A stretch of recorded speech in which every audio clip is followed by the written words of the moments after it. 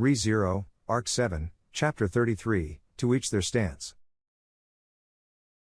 He would use what he could to reclaim the imperial throne of Wallachia. He would not only use the fortress city of Garel, but also the people of Shudrak, General Second-Class Zika Osman, and of course, Natsuki Subaru. Yes, Abel had just nodded his head in agreement to Subaru's confirmation. Priscilla, this affair seems to have been settled, Priscilla so muttered after seeing the conclusion of the meeting, covering her mouth with her opened fan. Just as she had stated, the meeting had come to a consensus.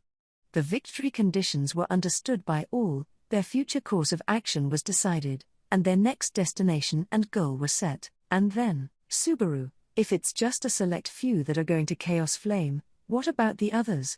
Currently, it's just me, Abel, Tarata-san, and Medium-san. Al, on that note, can I say one thing? Subaru, Al? Subaru was about to select the final members for their next destination, the demon city of Chaos Flame, when Al butted in. He raised the hand of his lone arm, then scratching the back of his own neck with said lifted hand. Al, princess, can I step away from your reins for a moment? I wanna stay with bro's group. Subaru, Yue? Al, oh, come on, your voice is cracking, bro.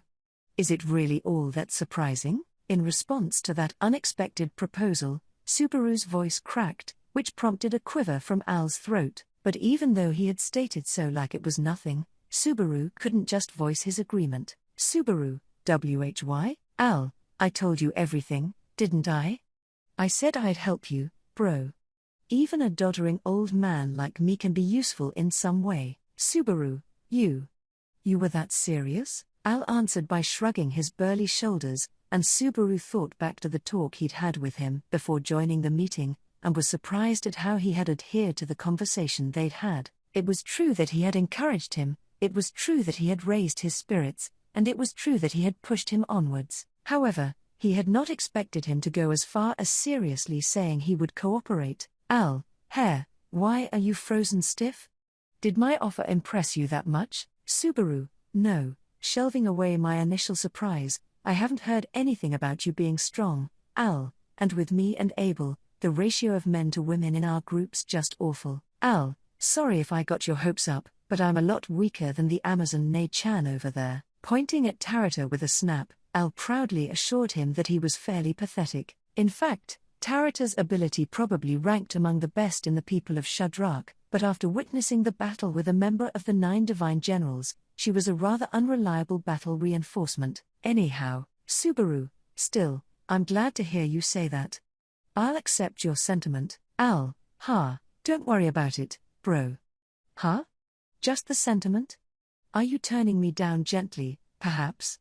Are you saying we're not tied together this time? Al had endless questions about Subaru's response, but there was no mistaking how he took it. He was really happy about the offer, but this was the Wallachian Empire.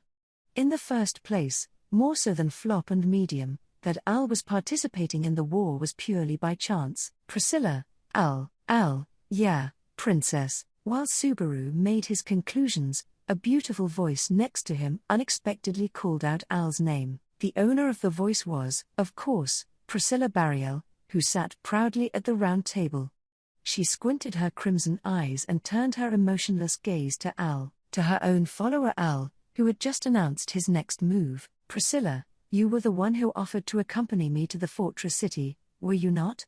And now you wish to leave me, and go on an amusement trip with your clownish friend? Al, I don't think it's gonna be a carefree trip, but that's the plan. Or are you gonna miss me, princess?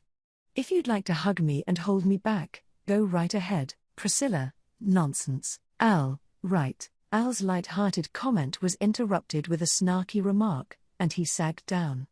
It looked he hadn't been expecting much anyway. While staring at the top of Al's head through his helmet, Priscilla let out a small breath and said, Priscilla, dance well, as best you can. Al, oh, I gotcha. Princess is the one who shouldn't be careless just because Schult and I ain't around. Princess's beauty is the world's beauty. Priscilla, I needn't be told that. Who do you take me for? Al, of course, you're the center of the world, my princess, Priscilla Barriel. Al said those pretentious words in a droll tone and bowed frivolously in front of Priscilla. Then he turned around and raised his hand to Subaru, saying, "Let's go." Subaru, what? That exchange made everything final? What about my opinion? Al, what's with all the reluctance? It's depressing. Or is it just that I haven't noticed that I smell like an old man? Like, is it a pain for you to be around me? Subaru, I'm not talking about that. I mean, what gives you the right to decide? Al, no, of course you're free to refuse, you know. But how can I refuse? It's the princess, yeah? Al cocked his chin, indicating Priscilla, who was fanning her face. This regal behavior was the overwhelming basis for Al's words. To overturn Priscilla's decision, just how terrifying would that be? Nevertheless, if it'd lead to uncertainty in the future, refusal was not an option. Subaru, Priscilla, I'm able, I do not mind. He may follow us if need be. Subaru, able, damn you, you're not treating me like a military strategist. However, just as Subaru was about to present his opinion to Priscilla, he was shot in the back again. Subaru glared at Abel, who had interrupted him, and he, too, crossed his arms proudly as he opposed the former. Like Priscilla, he intended to stubbornly fulfill his intentions here as well. However, Subaru had no choice but to appeal directly to him with the argument that the terms of employment were different. Subaru, what's the point of being a military strategist if my opinions aren't even taken into account? Abel, do not be presumptuous. If your opinion were worth listening to, I would listen to it. Nevertheless, I am the one who calls the final shots. I would not entrust it to you. Subaru, GNNH, are you a nasty boss who takes away the fruits of his workers' labor? Abel, do not force me to repeat myself. The results are yours. They must be. Subaru, the emperor who had been ousted from his throne had a wise person following him that could not be underestimated. What Abel wanted was a Subaru with such a reputation. And he was willing to give Subaru credit and exaggerate a bit to get it, but that was no different than building up a myth. Subaru, being a fake isn't good enough. It's got to be the real thing, or I'll never get back what I lost. Abel, dash. If such is the case, then do attempt to convince me and everyone else with your own actions. If you cannot achieve it, it remains as a foolish and delusional remark harboring great ambitions. Subaru, bastard, I'll do it.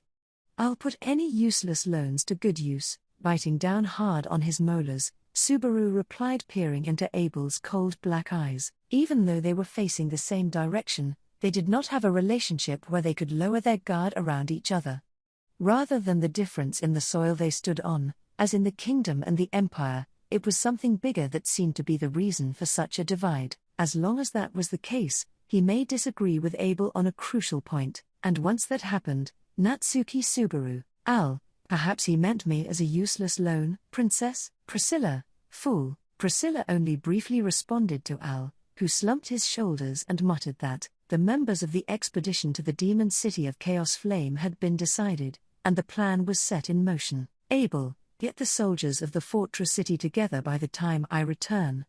I shall send word back soon. Zika, I will, even if it costs me my life. Receiving Abel's command, Zika knelt down on one knee and reverently obeyed it. Zika, who had unexpectedly found himself in the position of an enemy of the mighty empire, had no hesitation in his stance, but, naturally, that did not apply to the entirety of the city's troops. In order to unify their intentions and bring them together as a single army, the efforts of the generals would be essential. In that sense, Zika's presence was a boon. Subaru, Zika-san, I know this is a lot of work, but, Zika, no, this is the role that I, as a general, am supposed to play. It is nothing compared to the bloodless siege. Subaru cast his eyes down at Zika's words, who gave a strong and proud smile. Subaru's track record was that he had set up a bloodless siege, claimed he could do it, and failed miserably. As a result, he had failed to meet Rem's expectations and had caused her disappointment. However, Zika smiled at Subaru's work. Zika, do not be discouraged, you proposed the bloodless siege, and His Excellency approved it. And the fact is that I and my subordinates joined your ranks without shedding a single drop of blood. Subaru, without shedding a drop of blood, that's an exaggerated expression, yet Subaru choked upon seeing the bandage wrapped around Zika's injury. But Zika's cheeks relaxed, and then he forcibly peeled off his own bandage. The blood-stained bandage was removed, revealing the wound on his arm. Zika, for a soldier, this is merely a scratch. Moreover, you should be proud. Because, as a result of your efforts, the number of generals and soldiers fighting for His Excellency has not decreased. Subaru, Zika, you are to do your duty.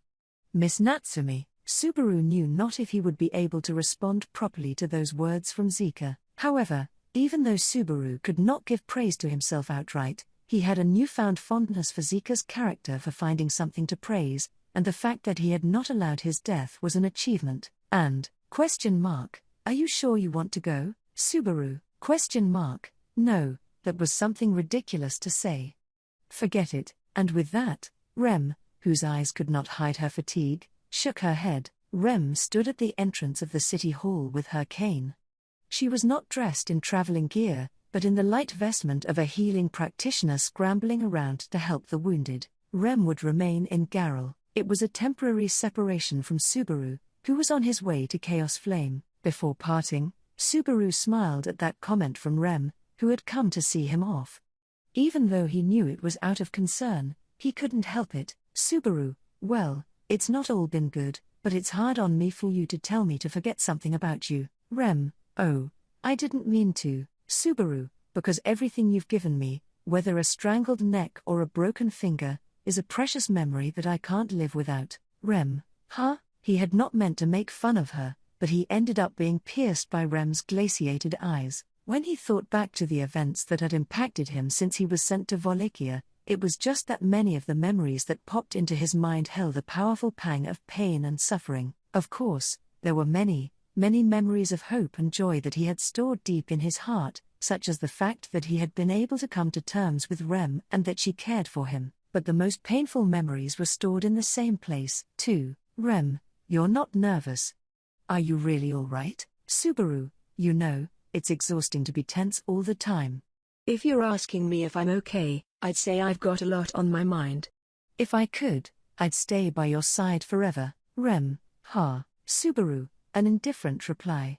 No, I'm just glad you're not ignoring me. He was hurt by that casual attitude, but the words Subaru told Rem were his true feelings. There had been a great deal of last-minute agonizing over leaving Rem in Garrel. To be frank, even at this moment, he wanted to retract his previous statement, grab her by her slim arms, and whisk her away. How good it would be to have Rem within Natsuki Subaru's arm's reach, to protect her from the hardships, fires, and every possible bad thing that could befall her. Subaru, in fact, I'd even like to tie you and me together the whole time with an unbreakable cord. Rem, are you serious? Subaru, somewhat. Rem, finally, he wasn't even able to get her to say Of course, he knew that he would have been rejected had been serious about it, so he just went for it. It would be best if he could tie himself to Rem all the time, so that he would always know if she was safe and sound. Depending on the situation, he may have to resort to the power he had awakened at Pleiades' watchtower. Subaru, I'm not sure how to use Corleonis, either. Subaru's new authority, Corleonis, which had manifested at Pleiades' watchtower, it was the ability to vaguely grasp the location and situation of his allies, with Subaru at the center.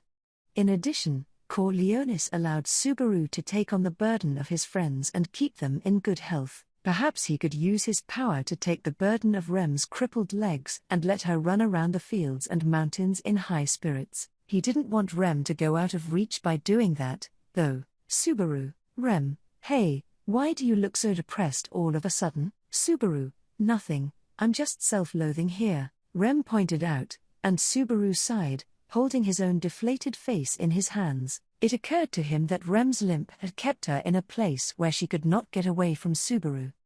The fact that she was incapable of escaping was one of the things that kept Subaru and Rem from ending their relationship. The fact that Rem was not in perfect shape made him think that he was lucky. Subaru, this is why Rem can't trust me. Subaru was always thinking only of himself. He wished to be gentler.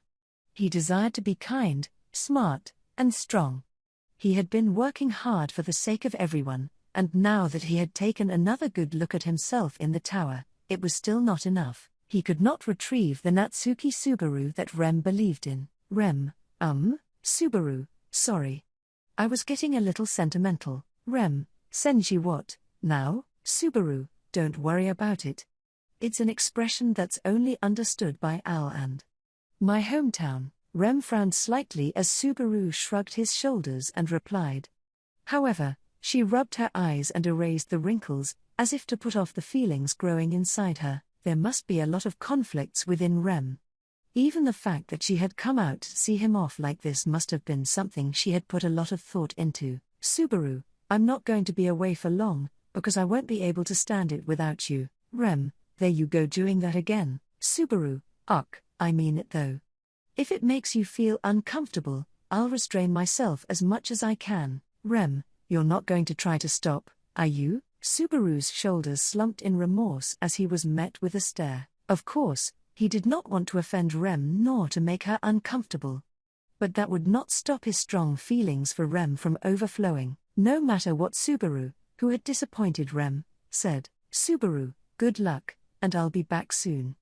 I'll bring back good news. Rem, yes, I'm looking forward to Abel-san, Medium-san and Tarata-san. Subaru, setting aside Al, what about me? Rem, Subaru asked, just to be sure, but the temperature of Rem's gaze remained unchanged. However, Subaru must have looked very miserable with that answer, because Rem fell silent for a while, then let out a small breath as if giving up, and stated, Rem, it'd be a lot better if I were to talk about believing or not believing in you. Subaru, you're not talking about believing or not believing. Rem, as usual the evil smell still hasn't faded, but that's not the problem. Subaru, that's not the problem? Rem's pale blue eyes continued to do so, a glint of disbelief in them that would not vanish. They were going to be separated from each other, even if merely temporarily. Her distrust, even though he was aware that its origin had been Subaru's blunder in Garrel, he wished to get rid of it, even if but a tad, not so much for Subaru's own sake, but for the sake of Rem's feelings as she waited in the city. Subaru, tell you what, Rem, I'll do the best I can. How can I help you get rid of your anxiety, or whatever it is? Rem, well, why are you still dressed like that then? Subaru, eh? Subaru looked down at himself as Rem spoke so with scornful eyes. A wig with long sable hair, white powder to hide flaws, an outfit carefully designed to hide his body's contours, and ornaments that were not overly flamboyant. Subaru, is there something strange about it? Rem, one of the strange things is that there's nothing strange about it, and one of the strange things is that you're still dressed like that even when you're leaving the fortress city. What defense do you have for that? Subaru, no, that's why I explained to you that this is something that needs to be done. While watching the temperature of Rem's eyes plummet, Subaru let out a sound like a shriek as he continued his Natsumi Schwartz shtick. It was completely unexpected that this outfit was playing a role in her disbelief, but as he had relayed to Rem, there was a good reason for this. Subaru, Rem, I already told you yesterday, we're people from a neighboring country. And if my real name gets out, I'm going to be in danger across this country. That's why I need it. I can't be the real me, I must be Natsumi Schwartz. Rem, I see. Subaru, a reply that doesn't dispel your disbelief at all. The temperature of Rem's eyes did not change, and in fact, she grew ever more distrustful. However, this was a countermeasure devised in earnest after weighing up Subaru's situation and the role he had been assigned. The name Natsuki Subaru could not be permitted to gain a reputation in the Walachian Empire. Natsuki Subaru was already Emilia's knight, a major figure in the kingdom of Lagunica. In other words, what he was doing now would undeniably count as impressive interference in the internal affairs of a neighboring country. Subaru, interfering in another country's internal affairs isn't about being impressive or whatever. Whatever the case, the important point was that the consequences of Subaru's actions, and the responsibility for them, did not rest with Subaru alone. Bluntly, it might cause trouble for Emilia. As her knight, Subaru, who had sworn to help her on her way to becoming the monarch, could never allow her to be dragged down like that. Subaru, that's where Natsumi Schwartz comes in. It doesn't matter how well known Natsumi becomes. Natsumi will just be a beautiful black-haired girl who suddenly appeared in the Walachian Empire. Rem, are you finished? Subaru, Not yet, no. Also, I wager that Natsumi Schwartz's name will leave a chance for my friends in Lagunica to notice me. Rather, that was the main reason for assuming the pseudonym of Natsumi Schwartz. This instance in the Wallachia Empire did not mark the first time that Subaru had dressed up as a woman and called himself Natsumi Schwartz. There had been a time when he dressed up as a woman not as a sideshow at Roswell's mansion, but out of necessity, and his true identity had been known to everyone except Emilia. The alias he had given at that time had been the same one. In other words, in the future, if Subaru's existence became renowned in the Empire as Abel had hoped, and if the name that spread were to be that of Natsumi Schwartz, Emilia and the gang may have the opportunity to know that Subaru and the others have been sent to the Empire. Hence, Subaru, I'm dressed like this out of necessity. Rem, dash.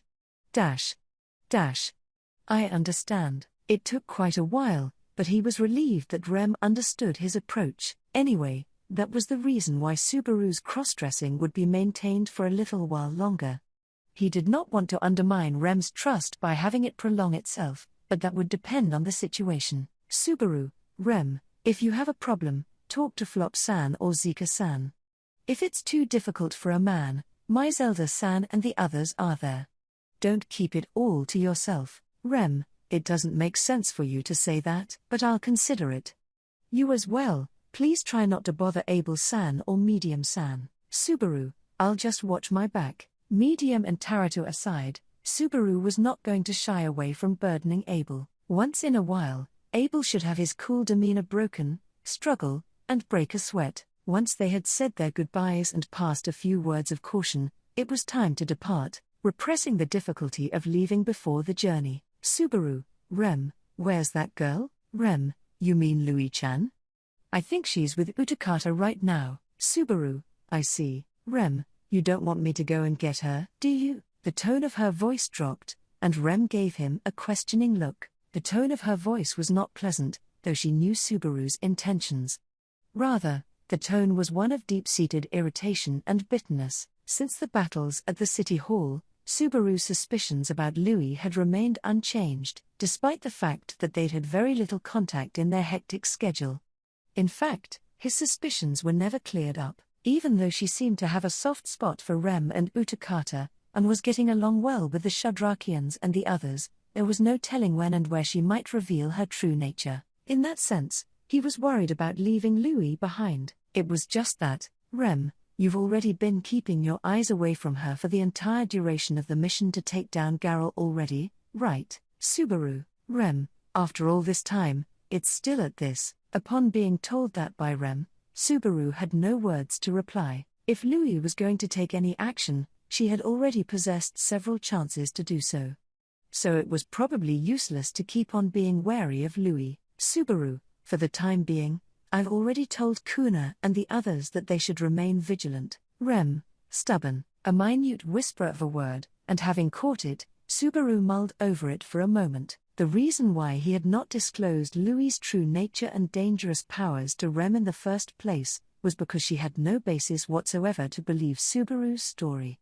To lose Rem's trust and alienate her by telling her about Louis's situation was not within his wishes. But what about now? Their relationship had improved and she listened to him, albeit coldly. Maybe now she would not be so dismissive when he talked about Louis's true nature. Subaru, no. Don't do anything stupid. Subaru shook his head and rejected the idea that had faintly popped into his head. She might believe him, but even then it would be pointless. Thus far, Louis had not revealed her true colors. It was hard to believe that she would give away her true nature as soon as he talked to Rem. The situation would remain the same. It would only make Subaru feel better, but in turn, it would increase Rem's anxiety. There was no need to do that. Rem, what's with that face? Subaru, yeah, I was just hoping that only good fortune rains down on Rem's life. Rem, huh? Rem's line of sight became narrower, as Subaru attempted to keep the warmth welling up inside him at bay. However, if he tried to say something, the conversation would go on and on and on and on. Bro. It's high time we left. So said Al, leaning against the carriage, waving his lone hand. Behind him was a carriage and a single horse-like creature boasting a body as sizable as the carriage, a creature called a galewind horse, which was said to pull them along their journey. Rem, I've heard that it's a rare animal in Wallachia. It seems it's only given to generals. Subaru, Zika-san lent it to me. She's actually female, so he's consistent. Rem, consistent? Rem tilted her head, seemingly unconvinced by Subaru's words. This was how Rem reacted to Subaru's words, for better or worse. Such happy circumstances would have to be put on hold for a while. Oye, bro, Rem, Al-san is calling for you. Subaru, yeah, I know. I'm aware of that. Rem, Subaru, the soles of my shoes think it's hard to leave your side and lift off the ground. Ouch, ouch, ouch. The tip of the cane poked his back, and the sole of the shoe that should have been attached to the ground left it. He was forced to take 2 or 3 more steps forward, opening the distance between him and Rem. The distance between them became real. Subaru, Rem, I've told you many times. Rem, I'll be careful. I'll also be vigilant. If I'm in trouble, I'll turn to someone else. Goodbye, Subaru. Subaru's shoulders slumped and he wilted as he was told goodbye in a harsh fashion. Directing her eyes towards him, Rem sighed deeply and said, Rem, take care, and have a good trip. I'll be waiting for your return. Subaru, oh, Rem, I'm not going to disappear all of a sudden. There are people other than you I trust, she added onto it, and Subaru reflected on it carefully. Then he shook his head several times, even as Rem frowned in disgust, and, Subaru, I'm off, and with a big wave of his hand, he was sent off by Rem. The carriage was moving away, passing through the main gate of the fortress city and disappearing into the distance. The carriage was headed southeast of the city, to the demon city of Chaos Flame, where one of the most powerful people in the empire was based, and the focus was on whether or not they could persuade that person to join them. To be honest, if it meant recruiting someone, the choice to take Subaru with them was questionable. I am certain that anyone would agree that you are putting in effort. With her cane, Rem squinted at the tracks of the carriage, which was no longer visible. Subaru had been in a joking mood up until the moment they parted. He had made all sorts of excuses, but all Rem could think of was that he did not want to stop dressing as a woman. Of course, it did not signify that she believed all of the excuses to be lies. They have parted. The city shall be a little more airy once the boisterous ones have left.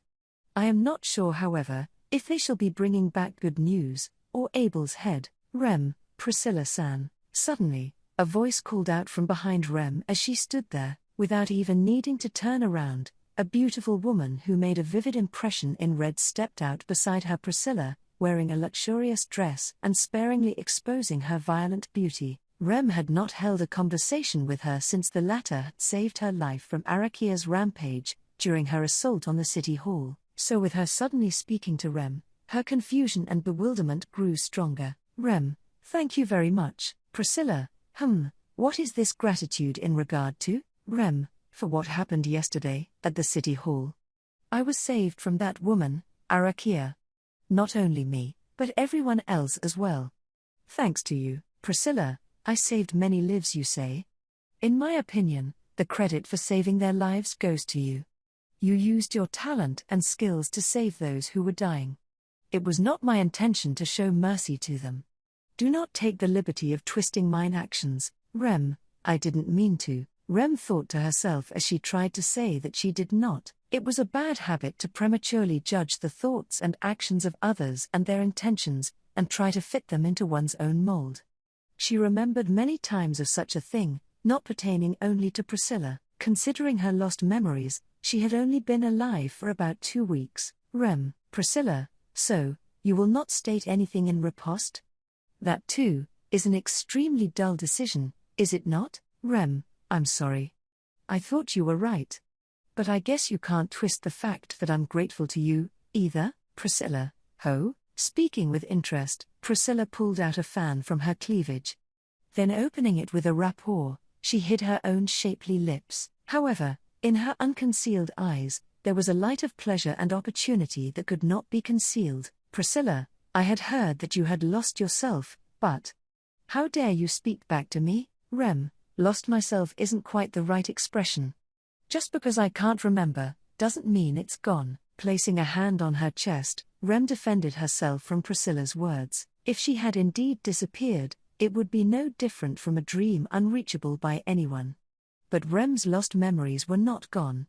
They were not in Rem, but in Subaru, who was desperately trying to attain them again. If what he had stated was true, she had a twin sister. She wondered if there was any trace of the person she had been before she lost her memories in that sister, or if there was any trace of her in the friends that Subaru had talked about, in the people she had not yet seen. If Rem could be satisfied with the fact that everything in her was gone, and that everything was building up from where there was nothing, then, Rem, were I able to do that, my heart wouldn't be aching so much. Priscilla, Rem, all the time, every second, I'm reminded of it.